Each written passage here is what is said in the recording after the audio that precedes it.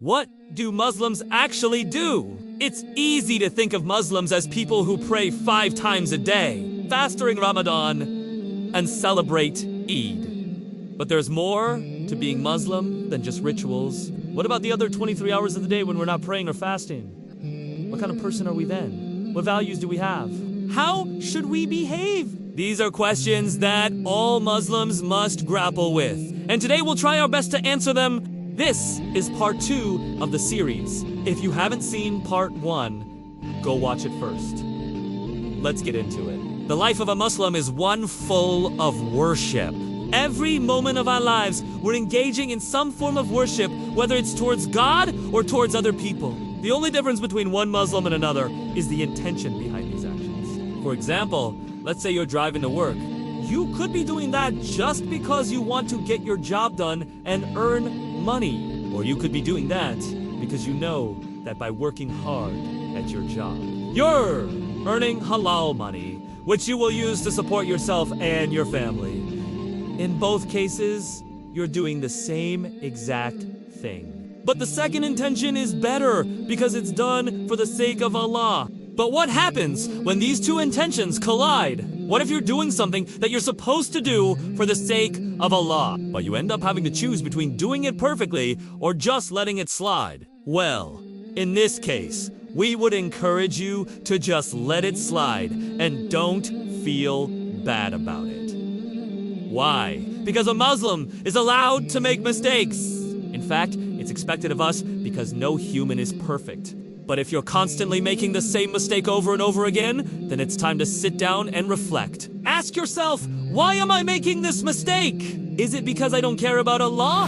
No, of course not. Most likely it's because you have a lot on your mind. Maybe you're thinking about a problem at work. Maybe your child misbehaved that morning. Or maybe you didn't get enough sleep the night before. Whatever it is, just ask Allah for forgiveness and move on. Don't beat yourself up over it. Remember, Allah loves those who forgive themselves. Another important point to note is that being a Muslim is unjust about following a set of rules. It's about cultivating certain values within ourselves. These values shape how we see the world and how we interact with the people around us. Here are a few of these values and how they manifest in our daily lives. Number 1, humility. In Islam, we're taught to be humble in all aspects of our lives. We're taught to lower our gaze, lower our voices, lower our status in our own minds. Why? Because the more humble you are, the less you're preoccupied with yourself and the more you're able to focus on others. When was the last time you lowered yourself to someone else's level to understand their perspective? Lowering yourself doesn't mean lowering your standards. It means putting aside your ego and your pride and realizing that you're not better than anyone else. Remember the story of Prophet Hudaybiyah? When he and his companions were seething with anger after being provoked by the polytheists of Mecca. They wanted revenge, but the Prophet, peace be upon him, calmed them down and reminded them that it is better to be patient and earn Allah's reward than to seek revenge and earn Allah's anger. In the end, they chose patience and earned Allah's pleasure. Number 2, patience. Life is full of ups and downs. Sometimes things go our way and sometimes they don't. When things don't go our way, we have 2 choices. Give up or keep going. The Prophet, peace be upon him, once said, "Indeed, Allah is with the patient." Being patient doesn't mean you don't feel pain or sadness. It means you accept what has happened and trust in Allah's plan. It's like when you're cooking and the food is taking too long to cook. You don't just turn off the stove and give up.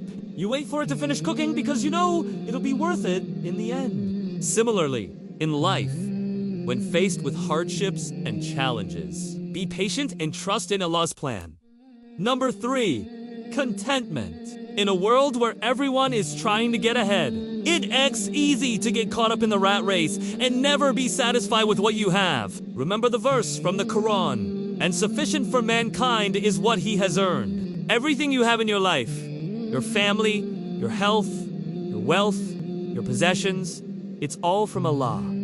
Instead of always wanting more, be grateful for what you have and be content. When you're content, you're free from the constant anxiety and stress of wanting more. And when you're free from that, you're able to focus on what truly matters in life. Number 4, sincerity. In Islam, we're taught to be sincere in all aspects of our lives. Our intention, our worship, our dealings with other people, everything should be done with sincerity. Why? Because Allah loves those who are sincere. Remember the story of the 2 men who built a tower.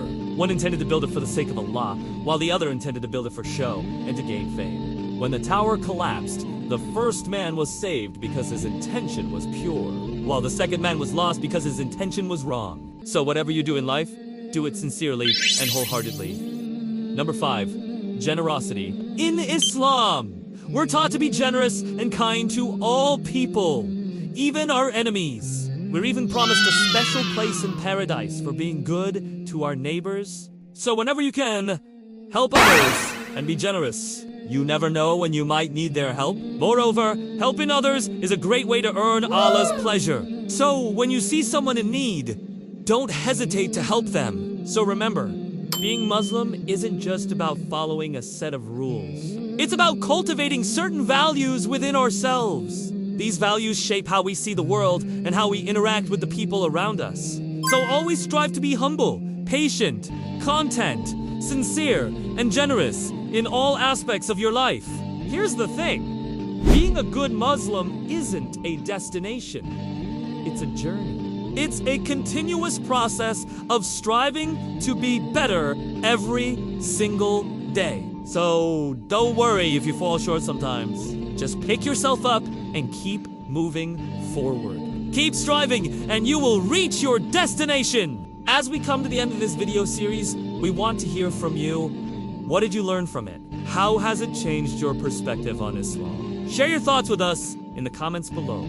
Also, if you liked this video, share it with your friends and family so they can learn more about Islam too. And don't forget to subscribe for more videos like this. Thanks for watching and we'll see you next time.